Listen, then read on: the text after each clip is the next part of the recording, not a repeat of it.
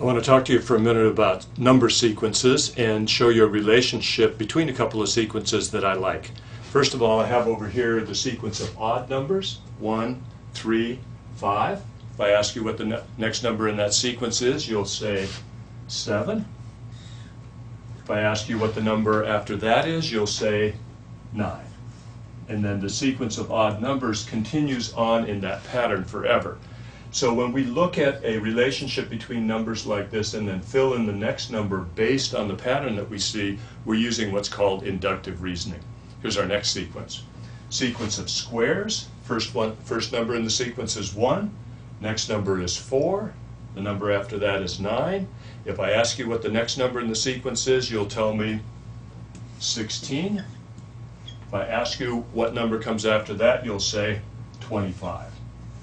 And then that sequence continues on like that with that pattern forever.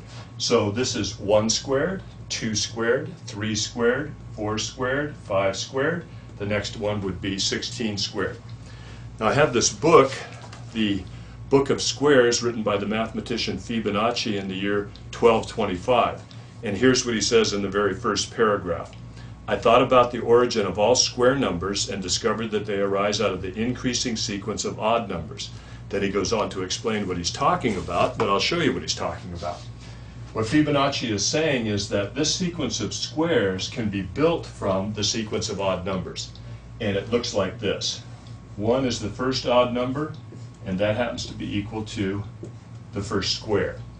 If I take the first 2 odd numbers and add them, 1 plus 3, I end up with 4, which is the second number in the sequence of squares. Now watch what happens when I add the first 3 odd numbers.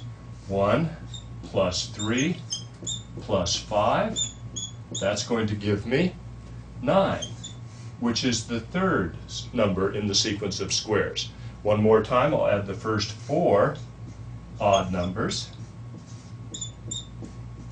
and just like you would think, I end up with 16, the fourth number in the sequence of squares.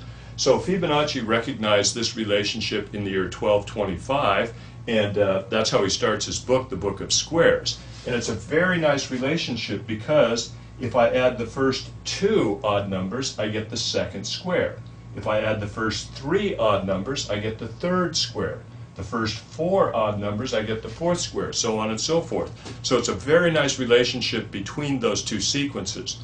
Now it's things like this that drew me to mathematics in the first place. When I would see a couple of things that initially seemed unrelated and later find out mathematically that there was a relationship between them, I always liked that. And that's something that drew me to mathematics in the first place.